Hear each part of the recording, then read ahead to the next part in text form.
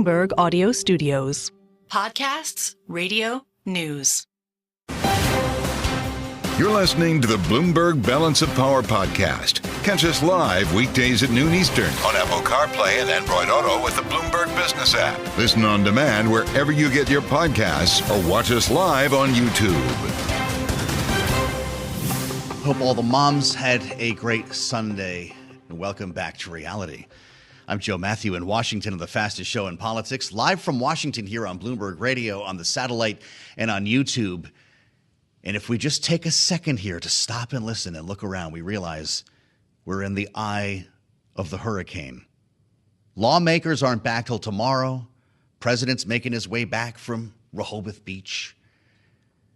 And yes, I know there's a trial underway in New York, and we're going to get to that a little bit later on this hour with June Grasso and our panel. But we have an enormous opportunity here, and we're taking this opportunity for you to bring you a series of important conversations with thought leaders that bring context. That's what we promise here at Bloomberg, right? This is our chance today, before we get into the fray of breaking news and the divisions that surround us. Divisions, by the way, that are reinforced by an important series of polls today conducted by Siena College, along with the New York Times and the Philadelphia Inquirer. We'll get to some of this later on, because you've certainly heard the story before. Split down the middle is the story of America. And whether Joe Biden or Donald Trump win the election, it'll probably be by a couple of percentage points and will likely be decided by only a handful of states.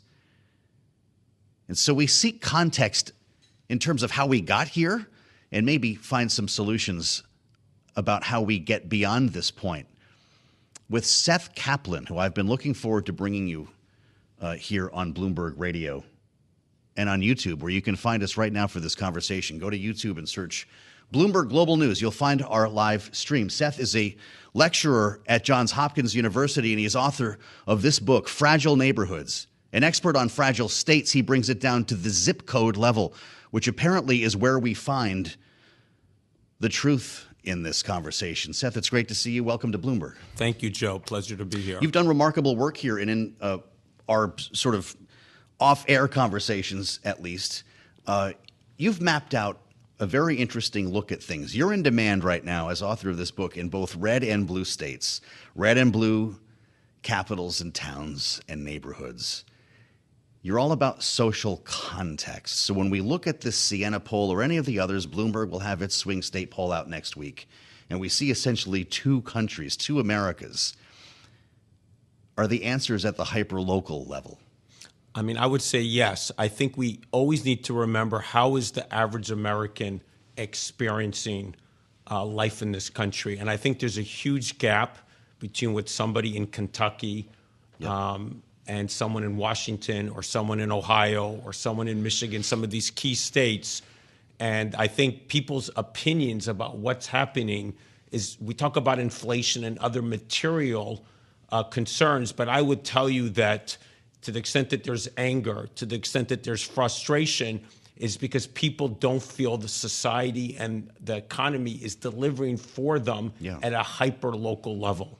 Now, there are examples of where it is working, and you found in your research that it does not matter on levels of wealth or income necessarily. The zip codes that are working seem to have little to do with money. I think if you look at the level of social connection, the abundance of local institutions, you can tell a lot about how people are experiencing life. When someone lives in a place and they don't know their neighbors, they don't have any local associations or local schools or local churches or local shops that they can have relationships with or they can join, I think you're experiencing life completely differently. And so when I look at my research, you certainly see a problem of what I would call spatial, place-based inequality, but economically, but there's also this great place-based inequality socially. We have economic poverty and we have a lot of social poverty that we never talk about. But that's the part that you are talking about that's different here. Yes. So what do we need to learn when you wake up and see the poll of the day, as I keep pointing out here, and you see 49-51, here we go again, and everybody hates each other in Washington? We're lacking social nourishment on what level? And again, let's think about zip codes. Okay. Let's think lower than that. Let's think about neighborhoods. Keep it local. What are people actually experiencing? So I would be looking at, you can map it out. What places are doing well economically, which we all talk about, but Yes, I would also be asking what places are doing well socially. Mm-hmm. And you can look at some simple numbers, and I'm pretty certain you're going to find that people's attitude towards institutions, trust of politicians, feelings towards Washington, attitude towards the political candidates will very much depend upon not only some economic indicators we'll talk about, but very much about how they're experiencing life in their neighborhoods. But let's define that level of social frustration. Is it because we're not going to church, we're not shopping in the same places, I'm not going out to the same restaurants on Saturday? Yes. What is the practical? We can look at it at many levels. It's churches, it's local businesses. Imagine you're in a place in which all the local businesses have closed, and all you can do is go to a Walmart. Mm-hmm. And so you have no relationships with Walmart. You just have transactions. Imagine that there used to be a whole lots and lots of local institutions, like the Veterans Association and the Rotary Club. Yes. And now we have nothing. We have large nonprofits delivering services. So I used to be able to participate. We used to have lots of volunteering in this country. We have very little volunteering locally. Mm-hmm. We used to have a lot of local giving of your time and your resources. That's way down. Is that a side effect, though? Or what's causing that drop in involvement? I think there's so many causes. It's the changes in our careers and our ambitions. People seek out national goals. People don't seek out local goals. It's the changes in basically people going back a few generations. People would not have cars. You have cars. Right. You have careers. You have the nationalization of politics, the nationalization of business, to some extent the nationalization of nonprofits. Even government is more centralized, and local authorities have less influence. That's why your work is so important to us here, because I keep hearing every day on this broadcast, and it's true, that all politics are national, that we're running national campaigns even for local office in this case, right? It's either MAGA or Biden or whatever the heck it is that you're going to put your label on that day. Did the shopping mall and the destruction of Main Street start all of this? Well, I would say if you're asking about the frustration and the alienation and the anger, I would say yes. And that's certainly driving a large share of the population. They don't believe our political class and our elites and our major cities where a lot of decisions are made. They don't think that those people and places are delivering for what used to be Main Street. Mm-hmm. And so I certainly think that plays an enormous role in what people are experiencing and how they're voting. And if you're thinking about what we could be doing differently, we ought to be asking ourselves, how do we ensure every American lives in a flourishing neighborhood, a flourishing zip code? Mm-hmm. And the politician who steps up and says, this is my vision to ensure that our country works more horizontally and less vertically, to ensure that every place is gaining socially, economically. The politician who can speak to that need is going to win a lot of votes. Isn't that something? It sounds like the social context follows the money in many cases, though, right? When we were done with shopping malls, we decided we'd all go to Amazon. We asked for these problems, right? Certainly there's a consumer demand, but I think we've made a lot of choices. Was that just because it was easier, though, or because we didn't want to be around other people? I believe that we all want to be around other people. Do we?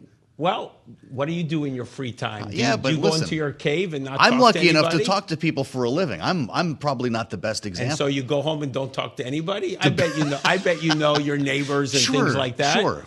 So I would just say, as a person I live in a neighborhood that's joyful. Yeah. How many people listening or watching today live in a neighborhood that's joyful? How do you So it's define joyful that? because I know hundreds of people. You hear children laughing in the street. You hear children. I go into the local restaurant and I smile and say hello to the owner. I say hello to a few people. They're not my friends, right? But I know them. I know their faces. It's enough that I have a relationship. If there's an emergency, my daughter drops her son. This happened several years ago, and he's got a bleeding chin. Okay. My wife picks up the son and, without even telling me, runs down the street. What is she doing? I don't even know where she went. Doesn't even call me. Comes back in 30 minutes. He's bandaged up. She went to the nearest nurse. Do you know where the nearest nurse is to where you live? Imagine a life in which you know your neighbors. You have lots of institutions. I'm on the board of an institution. I'm very involved with the second institute. Organizations, the more we feel that we can control our context, the more we feel we can contribute, the more we feel that our surroundings are familiar and I have a stake in it, I will feel agency. Okay, so you just said everything. This is about feeling like you're a stakeholder. Feeling like you're a stakeholder. So how do you maintain that in an upwardly mobile economy where people are moving for work, they get a better house, whatever? There are so many reasons to disrupt the neighborhood you're describing. Well, that's true, but a good neighborhood in America will only have about 1 out of 20 households moving every year. Yeah. A neighborhood that's not doing well will have 1 in 4. How about that? So if you think about we talk about that, an average American lives within 20 miles from where they're born. So yes, we're upwardly mobile, but I think most Americans, and I would say it's more true if you have kids, it's more true if you're old, it's more true if you're young. Your neighborhood matters so much to your well-being. And so how do we do that? We need policies that will empower neighborhoods. We need government that works more around we don't need more housing units. Yes, of course we do, but we don't need government to work around housing, education, healthcare. Yeah. What would happen if government worked more on making sure every neighborhood was flourishing? What would happen if our zoning wasn't single function, but was multifunction, therefore neighborhoods would have places to meet? What would happen if libraries were not just places to fill knowledge gaps? We don't have knowledge gaps today. We have relationship gaps. What would happen if libraries were broken up and distributed so they became more like neighborhood hubs to nurture? You can think through every rule. Well, you're zoning, thinking libraries. Our lawmakers, our policymakers are not, though. Because I would now say very few. we layer on the internet on top of this world that you're Very describing, few. and we layer on politics here. Yes. So you've got a lot of lonely people out there with a big megaphone now. Yes. What does that do to distort the neighborhood? I mean, again, if you're in a strong neighborhood and stakeholder was great. So if I'm a stakeholder in my neighborhood, I'm more likely to not be on the megaphone angry. I'm more likely to be engaged with people. I might not only be talking to my neighbors, I might be doing something, or someone might be doing something with me. I'm with them together. And you would feel that your role to be influential is local.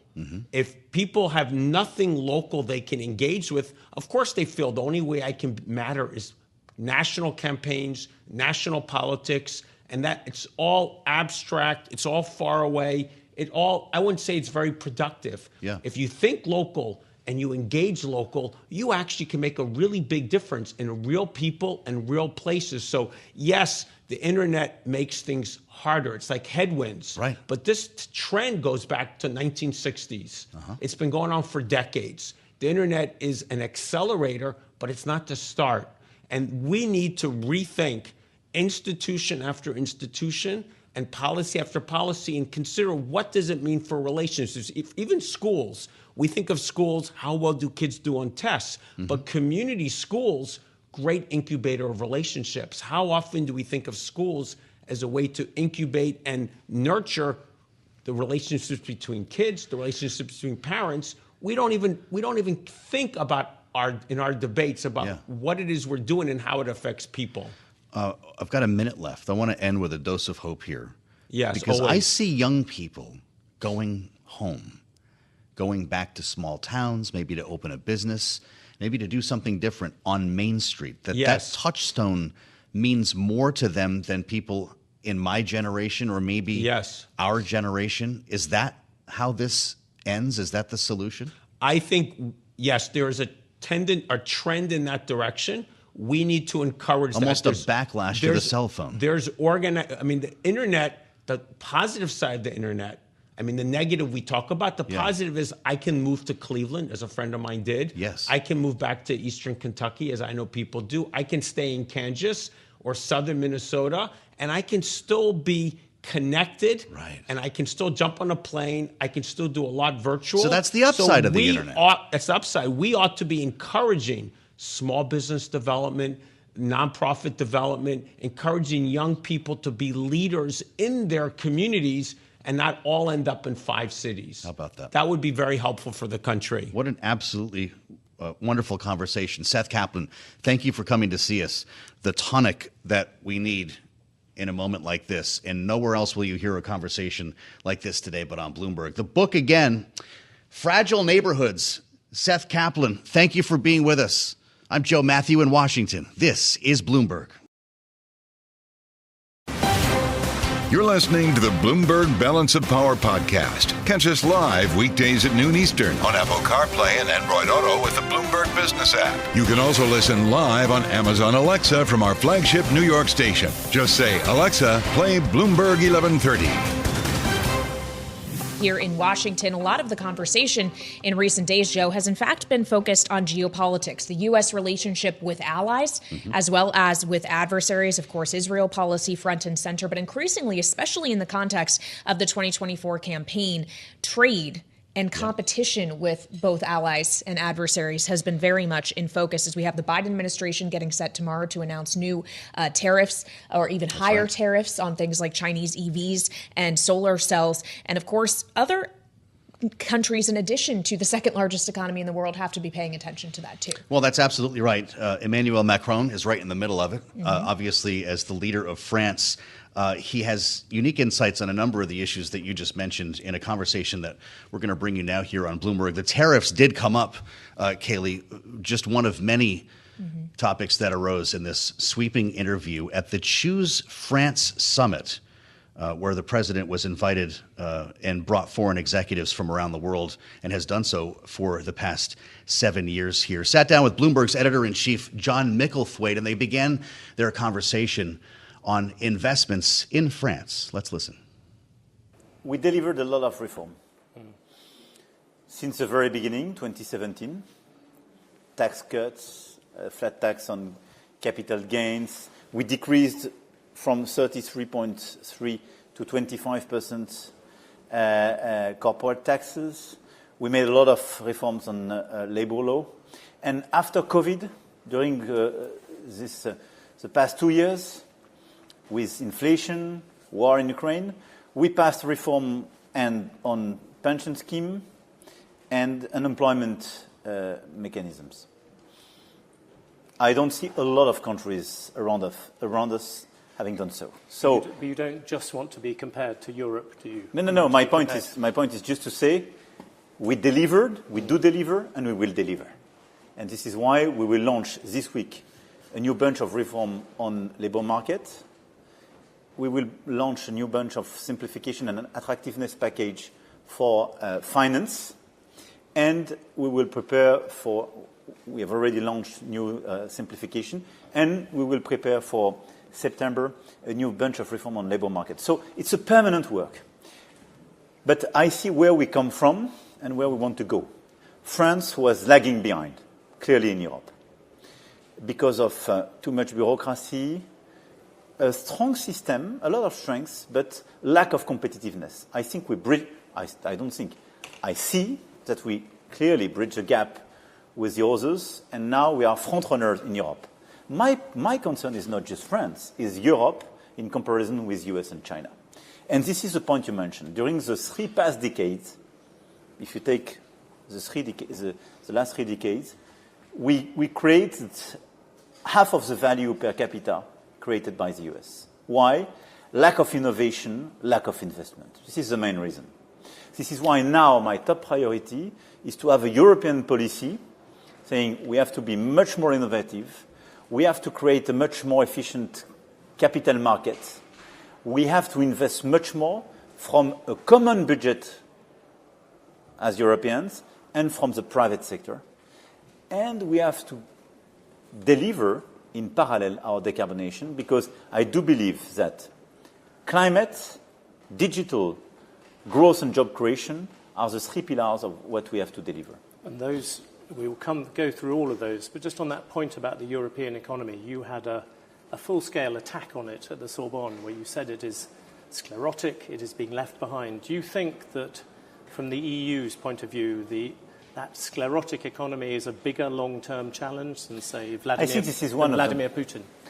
I think this is clearly linked to what's happening as well. But we have to completely reset our model. I think now France clearly is one of the leading economy. We are number one in attractiveness. We've been number one during the past 5 years. And if you take job creation, growth, we are one or second in the Eurozone. Do you think you're being So held, this is my point. So by the... we are here. Now when I take Europe, and especially the EU as a whole, but it's true as well for UK, we have this issue in terms of business model. Why? Because we had low-cost energy thanks to Russia, production thanks to Central and Eastern European countries with quite low costs, a market for exports, China, and a geopolitical umbrella, US. These pillars are being completely revised, totally. Yes. And it's no more valid. So we have to reinvent. What and how? By creating much more value on our own, by being much more innovative, by creating much more jobs and jobs with value, good jobs, I would say, on our continent. The key point is deliver much more innovation and productivity policy, public and private.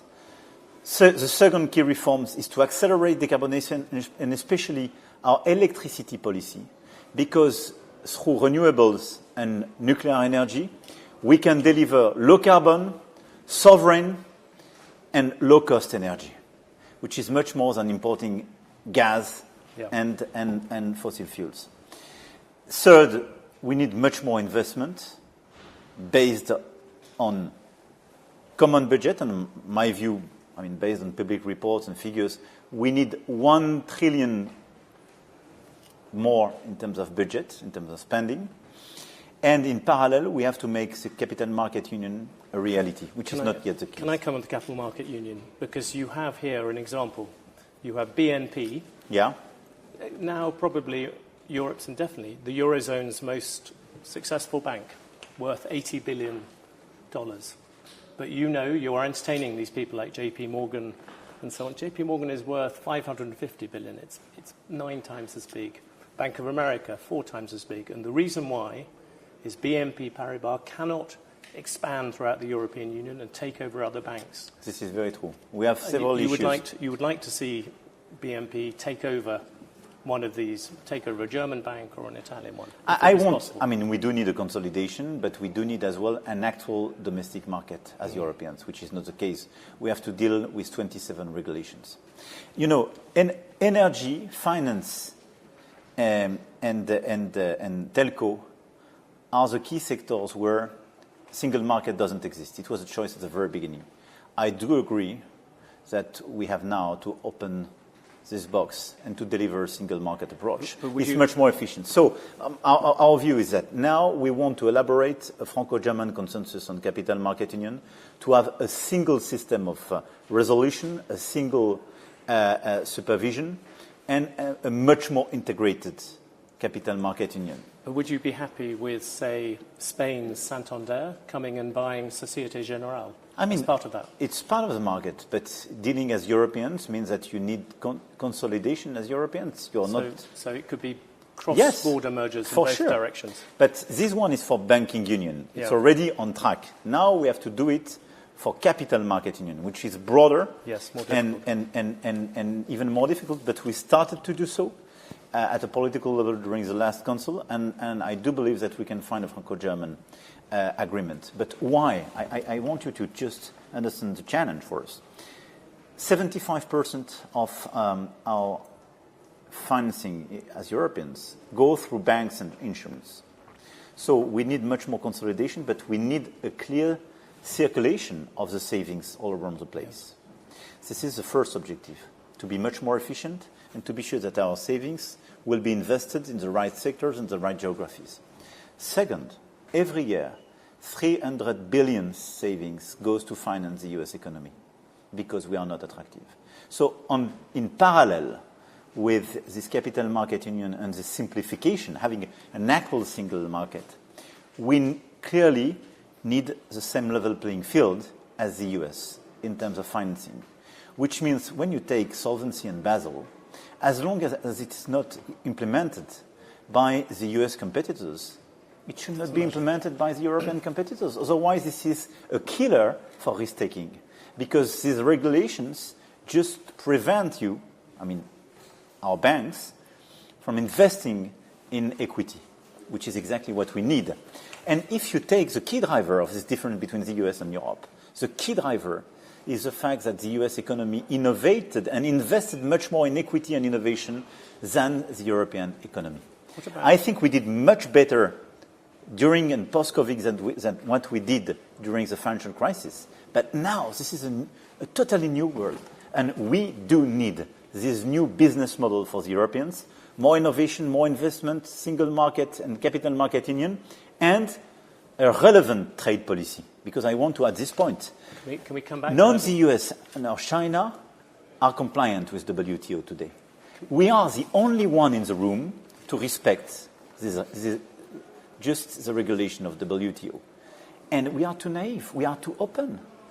Both of them protect their players and their economies. We have to do the same. Can we come back to the issue of China later? But just on another French company, Total, you mentioned energy. Total's CEO has talked about moving its primary listing away from France towards New York.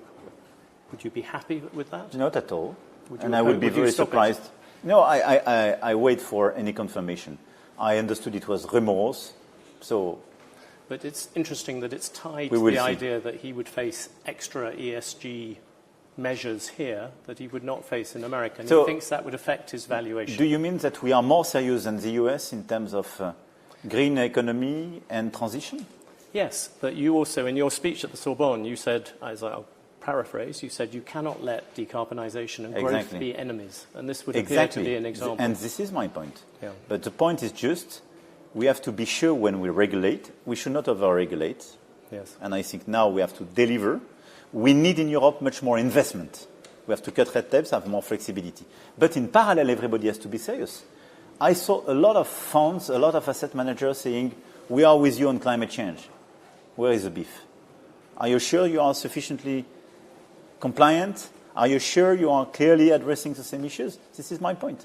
And this is why we need a resynchronization between the US and Europe. The resynchronization is, number one, the US regulation in terms of climate change should be more serious and realigned than the European ones. Second, the Europeans have to invest much more and be more serious and realign themselves on the US. Can I just ask you about another French company? I've asked you about Total and BNP. LVMH, I looked, and nobody has done better under the Macron presidency than Bernard Arnault. His wealth has increased by 170 billion euros, and he is now the richest man in the world, probably the first Frenchman to have that honour since Napoleon. And I think we can both say bravo to Mr. Arnault. He's done it in a more peaceful way. But it's interesting. You look at the people who've, right at the very top of the wealthiest people in France, they're mostly either heirs or in fashion or both. And I wonder whether that is the kind of France you talked about creating. You always talk about technology, but the people who've done really well are these old-style businesses. You're right, all of them. I don't think it's an old style of business, but it's a business where we have competitive advantage, luxury, fashion, and so on, because France is one of the great places. And Bernard Arnault consolidated this market very early. He was one of the front runners in this industry. And I think it is very good, and this is a chance for us, because first, we speak about a lot of jobs which are located in France, because a lot of these jobs are impossible to be relocated elsewhere. When you speak about alcohol, when you speak about cognac, armagnac, champagne, fashion, and making a lot of this stuff, it's added value. It's low qualified and very qualified jobs, and in parallel, he consolidated the market elsewhere, and thanks to the fact that he is listed in France, we consolidate a lot of value and value creation elsewhere. This is why, thanks to Total, LVMH, BNP, and so on, we are the second largest place of the world to list your company. But there is a tension, isn't there? If I look at all those people, or certainly Hermès, LVMH, Kering, all those ones, they have done spectacularly well by exporting to places like China. They've done very well out of globalization. And all the prescriptions you were just talking about in terms of Europe having higher trade walls, being tougher with China, you know what will happen in a couple of months' time? The Europeans will say, we want to put tariffs on electric vehicles. And what will happen is Mr. Xi, despite what he may have told you last week, he will come back and he will put tariffs on cognac. And that will help those very successful French business people. Look, I think this is exactly the mistake we made 20 years ago on solar panels, and we killed our industry. I'm very simple. I don't lecture and blackmail anybody. I just look at the picture. When you have tariffs of 10 for Chinese electric vehicles entering into our market, and when you are taxed between 15 and 24 when you go to the Chinese market, you have an issue. And on all the different sectors, what we want is just reciprocity. We want, and in fact, more than that, more just than regarding the relation with China, level playing field. So what we ask for is exactly that. We want to be sure that in terms of tariffs, subsidies, rules of production, we have a fair competition. And I mentioned it very openly to President Xi. So it is not a geopolitical agenda. We don't want to blackmail and push back some of their production. We want to be sure it is fair.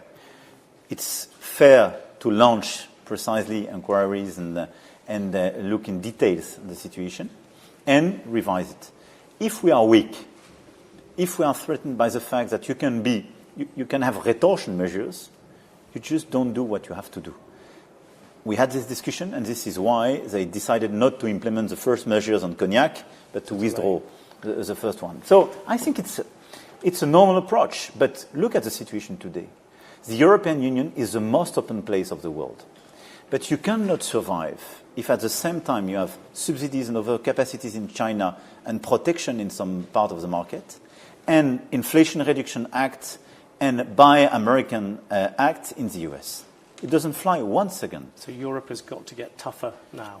But this is a necessity, not because we are protectionists, but just because we want to protect our economy. The Germans do not agree with you about a lot of this. I think it depends whom in Germany and for which perspective. It's totally true that some German companies, when they are incorporated in China, for instance, benefiting from subsidies, not just German, European, American, their interest is probably to preserve that and to sell themselves their overcapacities in China to the rest of the world, and especially the European market.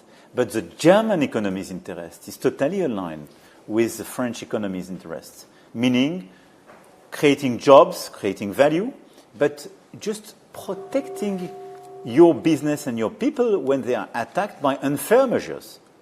And it's normal. It's part of the business. So for me, it's just a no-brainer. That was an exclusive conversation between French President Emmanuel Macron and Bloomberg editor-in-chief Jeanne Micklethwait in Paris. And so interesting there, Joe, to hear them talking about not just China when it comes to trade and competition, but the U.S. as well. We just heard the French president saying, while the EU is one of the most open places in the world, you can't survive if you have subsidies and overcapacity in China and things like the Inflation Reduction Act in the U.S. He specifically mentioned electric vehicles in that conversation. And we knew that the EV subsidies in the IRA were a problem for a lot of our allies in Europe. But it's interesting today, we just had this fascinating conversation with the president of France, that very same issue, and specifically competition with China by way of tariffs that we expect to be announced as early as tomorrow by the Biden administration came up as well. Our colleague Anne-Marie Hordern caught up with Janet Yellen, who is in Fredericksburg, Virginia, to talk about something altogether different, the use and implementation of infrastructure money. But of course, conversation continues to return to China. Here's what the Treasury Secretary said earlier on Bloomberg. We do think that the playing field should be fair, and China engages in unfair practices like massive subsidies of industries they have decided are critical. And those are cases where we will act to protect ourselves. Treasury Secretary Janet Yellen earlier today. You're listening to the Bloomberg Balance of Power podcast. Catch us live weekdays at noon Eastern on Apple CarPlay and Android Auto with the Bloomberg Business app. Listen on demand wherever you get your podcasts or watch us live on YouTube. Meantime, today, we have to have a lot more, not on the policies that would be pursued by a second Trump administration, but the way that the presumptive Republican nominee is spending his time these days, including today in court in New York, although his criminal hush money trial is on a lunch break as we speak. We have had hours of testimony from Michael Cohen, his former fixer and attorney, the prosecution's star witness in this case, who has been testifying to his relationship with Donald Trump and what exactly went down with the payments made to catch and kill stories in the National Enquirer in the days leading up to the 2016 election. High drama in the courtroom once again. So how does it factor into his political ambitions? Joining us now is our signature political panel, Rick Davis and Jeanne Zaino. They are Bloomberg Politics contributors. And Jeanne, obviously you are up in New York, where all of this has been going down for several weeks. So much has already been unveiled in this case so far. We already heard last week salacious testimony from Stormy Daniels, but is Michael Cohen the last piece of the puzzle that comes together to create potentially a massive headache for Trump and his campaign? Yeah, this is what the prosecutors are hoping. This is, the big sort of moment in this trial. He's at the easy part of this at this point, because he's going to have to face, I think, what's going to be a blistering cross-examination, and we'll have to see how he holds up under that. Michael Cohen had a really, really difficult time in front of the Senate, so he had a bit of time to practice with this. By all accounts, this should be a little more tame, but it's going to be tough. And this is the heart of the prosecution's case. And, Donald Trump's team is going to go hard on Michael Cohen. And what I think has been, noteworthy today is that Donald Trump and Michael Cohen have both behaved themselves so far, if you will. And that's what both of their sides wanted them to do, not get emotional, not have any outbursts. And so far, both of them have done that. I'm reading this fascinating Trump trial blog, live blog on the terminal, Rick, and it is entertaining. It was certainly salacious during Stormy Daniels' testimony, and maybe this will become the same. He's describing hearing about the Access Hollywood tape while on vacation and all the drama that followed. But does any of this actually change anyone's mind politically? I realize it's important to the legal case that's being made, but this is a political program. And if you're a Trump supporter, you know about Michael Cohen already. If you're a Joe Biden supporter, you probably feel the same way, right? Yeah, it's hard to tell how much voters are really paying much attention to the details of each of these. I mean, we obsess over this, a lot of coverage. Yeah. The media, it's extravaganza. But so far, we haven't seen a lot of movement in any of the surveys that we've seen through the course of this. So we've now had about 3 or 4 weeks of good sample, and nothing really is moving it. And so I think it's really what you were saying is, like, how does this determine the outcome of the trial? Because there is some clear indication that voters who have concerns about Trump say that they're more likely not to vote for him if he's convicted of a crime, and is certainly in that case. So clearly, this is the probably biggest headline star in the case, next to Stormy Daniels herself. And I think the distinction he's already made today was in his testimony that this wasn't about Melania. Trump didn't seem to care about Melania finding this stuff out. It was all about making sure he could get elected and getting through the election. And I think that's because really this is an election finance case. It's got really less to do with the salacious details of having an affair with a porn star or a Playboy model, and a lot more to do with hiding the money and keeping it from the public view, which would have become public if they had adhered to strict campaign finance laws. So I think we're now starting to see the case turn to that issue more than just the sort of salacious details of the relationship.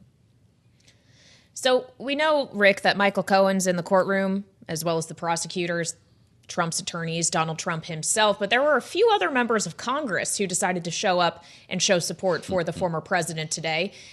Congresswoman Nicole Malliotakis of New York was there. Senator Tommy Tuberville, coach, as you may know him. Senator J.D. Vance, who has also been listed on the at least reported short list of potential vice presidential candidates who would be on the ticket alongside Donald Trump. But Donald Trump said this weekend at least one person is not on that short list, Rick, Nikki Haley.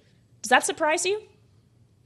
Yeah, it doesn't surprise me. I mean, they never really made up. She hasn't endorsed him after her withdrawing from the primary campaign. And it's a constant reminder to him that she hasn't done that, because there are still people, as much as 20%, who are voting for her in the primary against him, even as he has already accumulated enough delegates to become the nominee.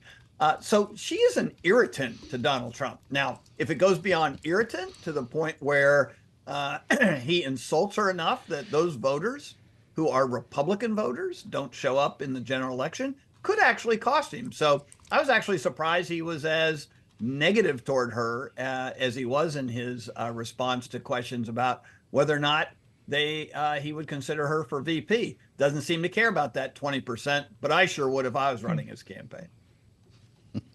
We spent some time talking earlier about the new Siena poll, new Siena College poll that's out today with New York Times, Philadelphia Inquirer, and it's not good news for Joe Biden. Jeanne, who's losing to Donald Trump in a majority of swing states, covered here.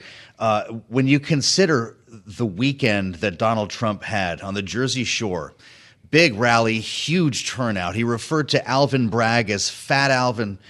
He talked about Juan Merchan, the judge, of course, presiding over the trials, quote, highly conflicted, unquote. Talked more about how the case is doing the bidding of President Biden.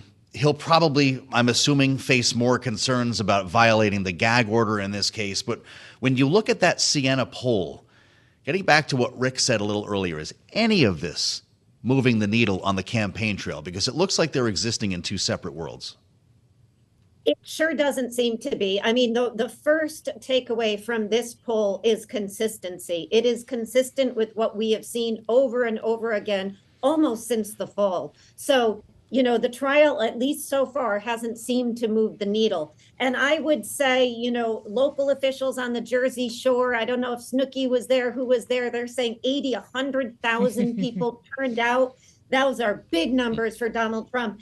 And I'm going to go out on a limb here and call this VP race for Doug Burgum.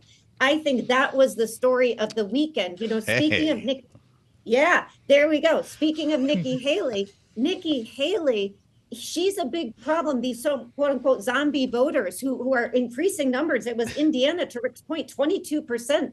But Doug Burgum helps to alleviate some of that challenge. So between his money, which is another problem Donald Trump has, the Nikki Haley voters, and abortion, I'm saying my bet is on Doug Burgum at this point. A really good showing for Doug Burgum out there on the campaign trail for Donald Trump. And I know JD Vance is in the courtroom today, but he hasn't won me over yet on this VP race. Not that it matters. Okay, so Jeanne makes her call. Yeah, we're marking this down. What do we have here? 13th of May, Jeanne Burgum. Got it. Yep, noted. Putting it on our little checkerboard here. Bingo card, maybe? I don't know. That's where they're going to Something win like the campaign. That. We're all going to be playing this game probably up until the day before the Republican convention starts in July. But Jeanne, just on this New York Times Siena poll, when you look at the demographic figures as well, perhaps it spells trouble for the Biden campaign. They're essentially tied with Trump among 18 to 29-year-olds and Hispanic voters, even though Biden got more than 60% of the vote of both of those groups in 2020. And Mr. Trump wins support of more than 20% of black voters, which is the highest level of support for any Republican presidential candidate since the enactment of the Civil Rights Act of 1964. Jeanne, when you look at figures like that, what's most concerning? That is the most concerning thing about this poll. Exactly what you just said, Kailey. You know, the idea that Trump could, if the election was held today, double the number of African Americans who support him is just stunning. It's historic. It suggests we are in a period of realignment. And boy, does the Biden team know this. If you look at his schedule for this week, the NAACP, he's going to Morehouse to do the commencement. He's talking at the African American Museum. I mean, they are going to try desperately to shore up this black vote, which he really does need. And he's got some work to do on that, because Donald Trump is doing what no other Republican has been able to do in decades, which is he is attractive to African American, particularly young voters. Joe Biden's best hope here is that they don't come out in as much numbers as you know, some of the elderly people who support Joe Biden. Well, I'm fascinated by that answer, Rick. A period of realignment. If that's the case, how do Republicans seize on it? Well, I mean, there already has been quite a bit of realignment with Donald Trump. What we saw in 2016 was his ability to get blue-collar, white, rural males, especially, who had been voting Democratic for most of their lives to switch over and start voting Republican, and became really the basis of the MAGA movement. The question now is there further movement toward that realignment?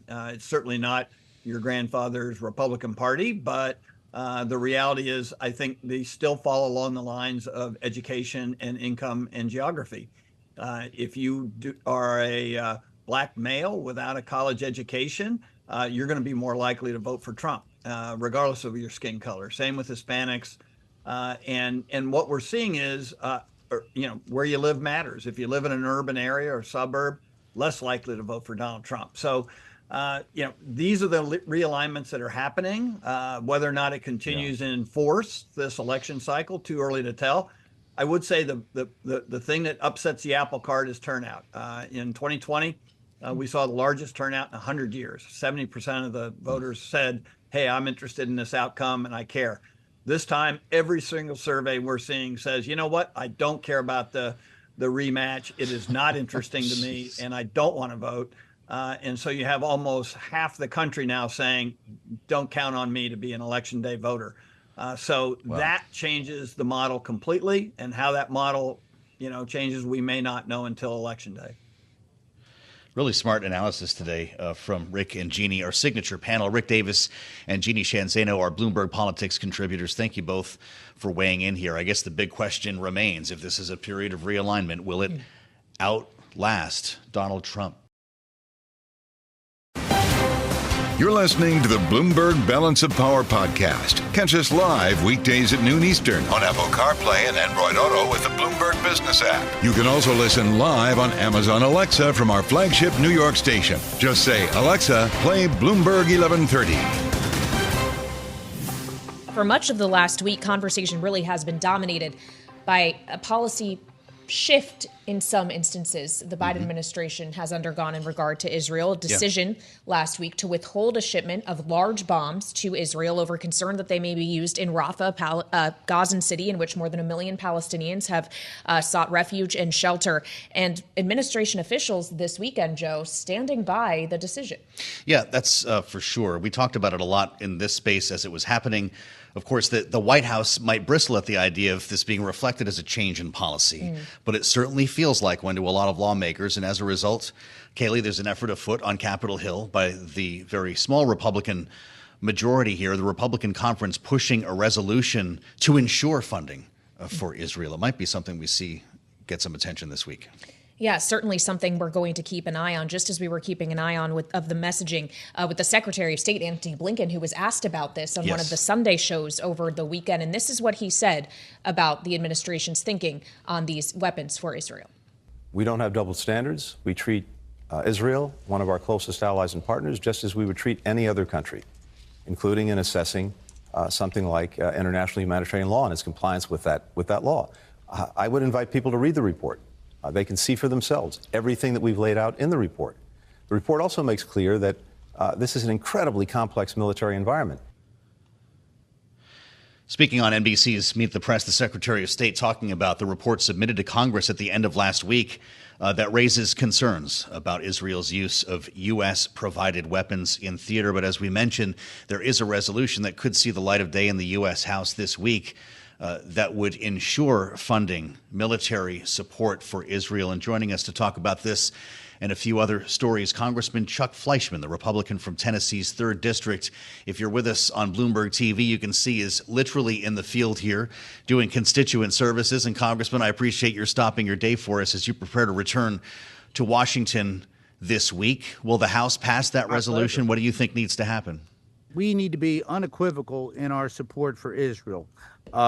Absolutely. After what happened to Israel on October the 7th, the United States needs to back its ally in the Middle East, Israel, in its right to defend its borders and its right to fix the situation with Hamas in Gaza.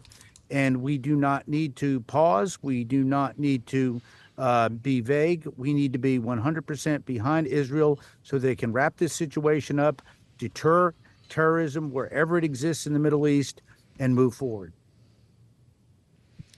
Well, Congressman, at the end of the day, though, knowing that this is largely a messaging bill, is there any further action that you would like to see your chamber take that is not just largely symbolic and meant to send a message to the White House? Well, we were more than symbolic when we passed aid to Israel. We've passed it time and time again through the appropriations packages, through the supplementals and the like. But our speaker, our leaders, our membership has been on the Republican side overwhelming. Even Democrats have joined us. Many Democrats have joined us, as they should. Support for Israel needs to be bipartisan, needs to be bicameral, and we need it to start from the White House. We need to tell Joe Biden loud and clear, unequivocally, that he's got to support Israel. No pauses, no ifs, ands, or buts. Support Israel, get them the aid, get them the arms, let them secure their borders, complete this mission, and then let's work for peace in the Middle East. Are you concerned about the findings in the State Department report, Congressman, that questions some of Israel's tactics in using U.S.-provided weapons in Gaza? Should Congress be concerned about this? I'm personally not. October the 7th, Hamas was not concerned when they went in, raped, pillaged, plundered, killed, engaged in terroristic acts that are unspeakable, unfathomable. This was an incursion into the sovereign state of Israel, which cannot be ever tolerated, can never be condoned. So no, war is heck. War is horrible, and casualties happen in war that are sometimes unintended.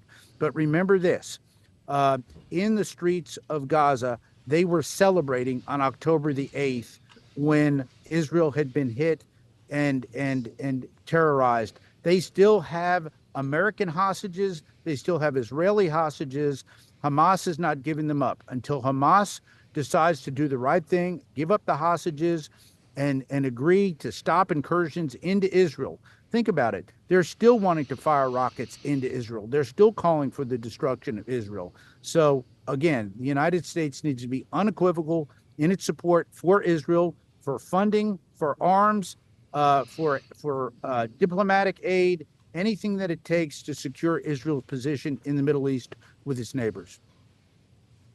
So we'll look to see further action from the House in regard to Israel this week, Congressman. There's also another issue, perhaps more time pressing, that will need to be taken up. The FAA reauthorization. The House last week passed a 1-week extension. The Senate passed the full 5-year bill last week. It will be the House's turn to take it up, and we understand it will be done under suspension of the rules. Do you anticipate any difficulty in getting that passed in time?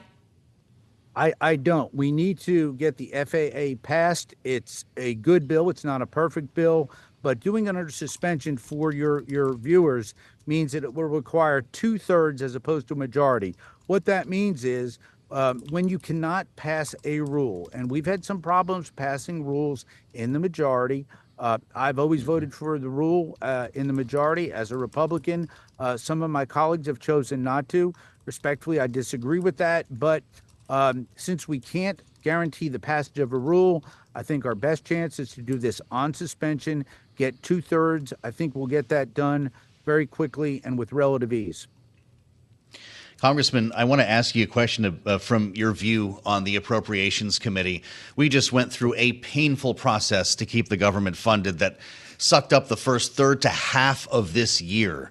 Knowing that we've seen at least a markup session on a Republican bill, we've seen the president, the White House drop their budget proposal. Can we get to work? Will your committee start before the last minute, say this summer or fall, for a regular order appropriations process in fiscal 25? Joe, you're absolutely right. I believe in regular order. I believe in subcommittees, full committees doing their work, getting to the floor, getting appropriation bills passed, and getting them ready for conferencing with the United States Senate and ultimately to be signed. The reality is we are doing our work. I chair the Energy and Water Subcommittee of Appropriations, but I can assure you, Chairman Cole and all of the other 12 cardinals, of which I'm one, subcommittee chair people, will be working on their bills. Some of the bills, Joe, are easier to pass than others. My bill, the Energy and Water Bill, is a bill that is much easier to pass than some of the others. Legislative branch is an easier one. Milcon VA is an easier one, but some will be harder. What I anticipate will happen is we will write our bills, pass our bills out of full committee, get them to the floor in the best position to be passed. But the reality is and I hate to predict, but with an election year, the reality I think probably will be a short-term CR into the latter part of the year, largely due to some of the complexities between the House and the Senate and Republicans and Democrats. But I'm going to work night and day to make sure that our bill gets done and that my colleagues who have other bills as appropriators will get their work done and get it done in due course. So I expect a better year. Okay. I expect all 12 bills to be done.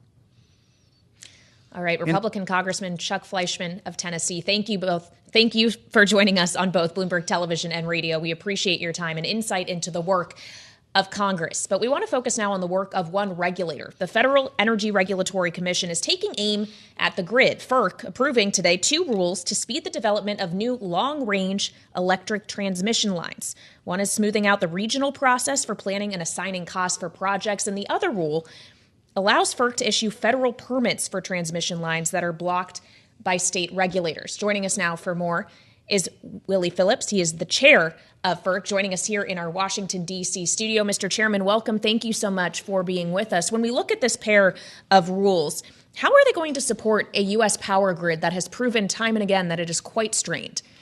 Well, I have to say, thank you so much for having me here today. The U.S. electric power grid, it is the backbone for our American economy. But our grid is being stressed. It's being tested today in ways that we've never seen before.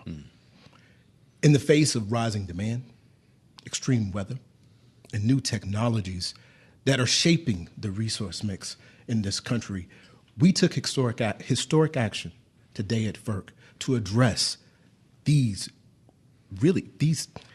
urgent matters. It's urgent. It's now. We have to act now to plan for the future, because if we don't, we doom the reliability of our system. America cannot wait. You must be getting calls about AI and data centers every day. This is all we're hearing about. When Constellation reported earnings last week, the entire conversation was not about how do they open a new nuclear power plant. It was how do we get data centers tied to nuclear, because there's not enough power available here to train all these language models that are going to apparently change our lives in the next couple of years. What is FERC going to do about the demand alone from AI? You know, you're absolutely right. I hear from leaders across our industry all the time talking about how the unprecedented demand and load that they're seeing from data centers that's empowering this AI revolution that we're seeing around the country. It's in Ohio. It's in Virginia, which is the data center capital of the United States. We see projections that Ohio is going to put as much load on a system that's equal to the total amount of load of Manhattan in the near term. This is a problem, again, for the nation's grid. And so our rule, it's going to help bring on more generation. It's going to help us. There's no one thing that we can do that can address the reliability needs of our system than long-term and regional planning. Do you expect that these rules, though, will run into any legal issues, potential litigation, as if the federal regulator is coming in to potentially step over state regulators in some cases? I can tell you this as a former state regulator myself. I look carefully at these rules. We had over 15,000 pages of public comments from 200 individual parties. I am extremely confident that these rules are legally durable and that they will be upheld. That's a fact. Texas remains an exception to the national grid, if I can call it that. What happens if Tesla starts cranking up these data centers, or if this AI demand starts coming from Texas? Will they play along? So Texas, of course, you mentioned they're proud of the fact that they have their own independent grid. But let's be clear, Texas is also a bellwether. You don't have to look any further than some of the extreme weather events that have happened in Texas and other places, and how it costs billions of dollars and it costs hundreds of lives. We know that Texas leaders also know that transmission reform is the best way to address these regulatory challenges and the reliability challenges that we have on the grid. Do they call you for help? We learn from Texas, and I think Texas learns from us. We're all in this together. That's what Congress said when they established the Federal Energy Regulatory Commission. that we're going to have a national role in making sure that we protect the reliability of our country. Which is much more difficult in terms of reliability when you are seeing those extreme weather events and climate-related events that you were just alluding to. Obviously, these rules are intended to make sure there is more investment in transmission, but I would imagine none of this happens overnight when we're seeing these kind of weather events in real time. How fragile is the grid in this moment in terms of exposure to that kind of thing? Look, we know the grid is under stress, and we know that things take a long time. They take too long to build a new transmission. That's why these rules are so important. It will speed up the time that it takes to bring these resources that are waiting in the wings to come on. This rule is the best chance that we have to protect the reliability and affordability for our consumers. Imagine this. Imagine you're a senior. You're at home. It gets cold. The lights go out.